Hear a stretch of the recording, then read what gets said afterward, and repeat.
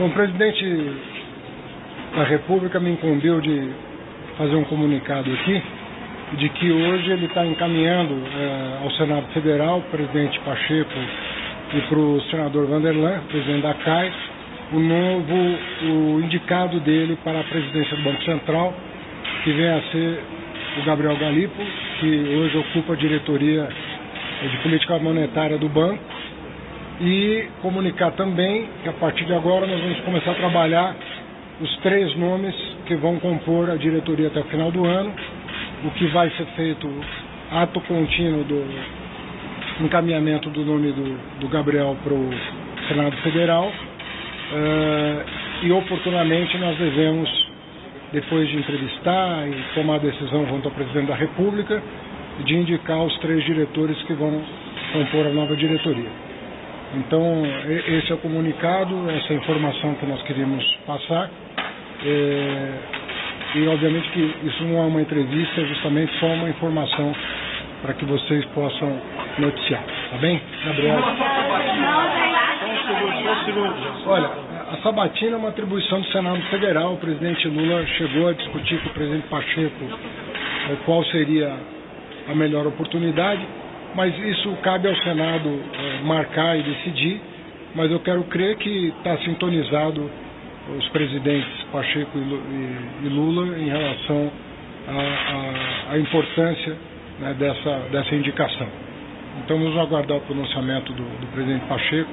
Tentei falar com ele agora há pouco, não consegui falar com ele, mas saindo daqui eu vou voltar a ligar para nós conversarmos sobre isso.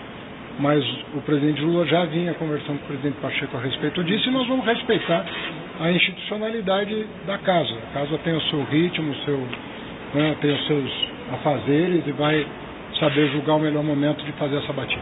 Tá bem? Gabriel? Fica aqui do meu lado também.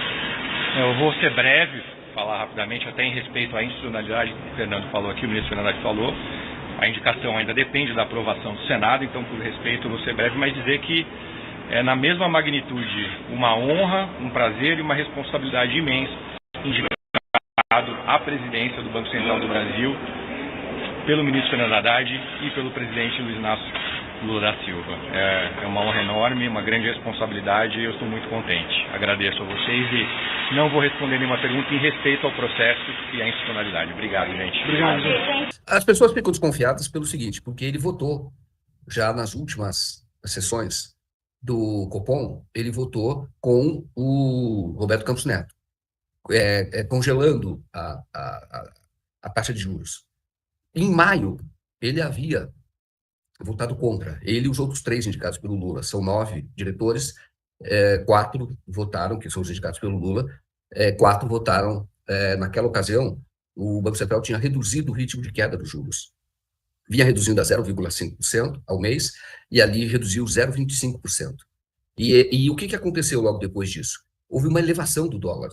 Isso é ruim para o governo Lula. Houve uma desvalorização do real. Por quê? Porque o Roberto Campos Neto, ele passou ao mercado a impressão de que o Galípolo da presidência poderia ser ele o próximo presidente. Todo mundo já sabia que ele era cotado para isso. Poderia significar um descontrole das contas, o descontrole da atuação da política monetária, nem das contas, da política monetária do Banco Central. E ao fazer isso, aumentou. Então, o que eu entendo que o Galípolo, a partir daí, ele e os outros diretores indicados pelo Lula, passaram a votar com o Roberto Campos Neto, porque era inútil votar contra. Só servia para gerar a desconfiança. Você estava dando combustível para o Roberto Campos Neto. Então, eu entendo que, naquela ocasião, o que ele fez foi algo tático. Olha, não adianta eu romper. Não adianta passar esse mercado que a gente vai fazer tudo diferente do que o Roberto Campos Neto está fazendo. Aí, eu estou dizendo que grande parte da nossa audiência vai dizer, mas é isso que eu quero, que ele faça tudo o contrário do Roberto Campos Neto. Pois é, o problema é que, quando tiver que fazer isso, você tem que fazer isso e imediatamente os resultados aparecerão. E os resultados, na opinião, positivos para a economia. Hoje é inútil. Então, o Galípolo, ele é uma pessoa que é da escola do Luiz Gonzaga Beloso. Todo mundo sabe que o Luiz Gonzaga Beloso, ele foi dos economistas que implantaram o Plano Cruzado lá atrás, que foi aquele Plano Cruzado que a Maria da Conceição Tavares chorou, dizendo que era uma revolução, de fato era muito importante. E depois, o Sarney, na época da eleição, não fez as correções necessárias, aí o Plano Cruzado naufragou. Mas isso não era responsabilidade do Belluccio, isso era, na verdade, foi porque o Sarney não fez as correções que deveria fazer, porque queria eleger os governadores do PMDB. Aí quase vários estados, governador do PMDB se elegeram naquela ocasião, que era 1986. Mas, enfim, não há dúvida de que o Luiz Gonzaga Veloso é um excelente economista, uma cabeça muito boa e dentro desse conceito de nacional desenvolvimentismo que é tão importante para o Brasil, que faz o Brasil crescer. O Galípolo, ele é dessa mesma escola. E ele foi, na verdade, o Banco Fator, né? Ele foi diretor do Banco Fator, então uma pessoa que tem essa experiência prática, né? Prática de operação, né? do banco, e é um nome que realmente não vai causar, isso é importante, não vai causar ruídos, e o Haddad, ao apresentar o Galípolo, falou da confiança que tem do Galípolo. O Haddad já queria que essa indicação fosse feita, né? Nós até falamos aqui que seria o Galípolo e seria provavelmente anunciado na semana passada, que esse era o desejo do Fernando Haddad. Não foi na semana passada, está sendo agora, e aí o Haddad está com todo cuidado, dizer que o Senado vai fazer no tempo dele essa batina, etc. Claro, o Senado vai fazer no tempo dele. Penso que não haverá dificuldade nenhuma de aprovação, e vou dizer, quem acha que ele vai dar continuidade a essa atuação que eu diria, mantendo essa taxa de juros nesse nível elevado, vai se enganar, vai enganar. Claro que ele não vai fazer nenhuma loucura. O próprio Lula já disse que ele trabalhava na época com o Meirelles, quando o Banco Central precisava aumentar um pouco os juros, aumentava. E aí ele criava outro mecanismo, o governo criava pelo BNDES, que era, na verdade, baixar a taxa de juros de longo prazo, JLP, que para financiar a produção, para a economia continuar crescendo. Assim era feito. Então, eu acho que era uma escolha que já era previsível, né? Embora, pessoalmente, eu entendo que tem uma visão de experiência, eu até disse, mas era pessoal, mas lá atrás. Eu disse que eu entendia que um bom presidente do Banco Central seria o André Lara Rezende, né?